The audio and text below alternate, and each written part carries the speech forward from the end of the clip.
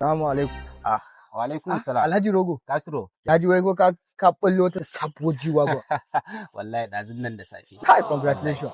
Congratulations. Wai ina take ne wai? To ka san sabon abu. Da kare ya zo na bashi ya dan je ya danu ya dawo. Akan ya je ya dawo. So you mumu like this and not know. Ina jiran shi. Wa kace? Dakare. Dakare? Wallahi. Baka san waye shi a unguwan nan ba? Kaman ya ban san waye Dakare ba. Zai je dani ne kawai ya dawo. Yanzu shi nake jira. Dakare da na sani Dakare shi ka ba mu wa? Dai shi na ba mu wa. Shikenan kana jiran shi ne ko?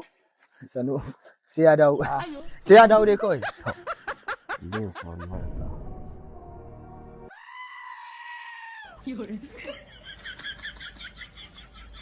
Rogo money. Dakare ina mota? Ya yi ciki ne. Ina mota na? Ina motan take? Wai ji wagon ɗinka? Ina take? Allah sarki. Ka san ni mai jama'a ne ai. Na sani. Ai ni fi ka gane bayan na gama ɗana ta shine dan karasa gidan mai na ce bari in dan sha mai. To a lokacin da ake zuba min mai shine naga wani fan ya zo ake kennan. Ya nuna min da motar ta burge shi. To ka san da Dakari as usual shine na bashi motan kawai na an sake kyan. Nace zai iya ma amfani tunda kana fita train da safi. Da Allah dakata ban gane ba. Yanzu motan nawa ne ka dauka ka an so wannan keken? A Dakari wallahi ba zan yadda ba. Kai ka san ba zai yiwu ba. Yau in sai mota ka zo ka wallahi sai ka biya ni.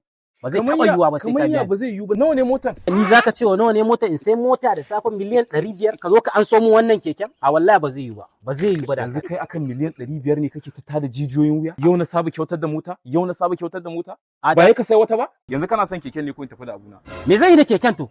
Me zan yi da ita?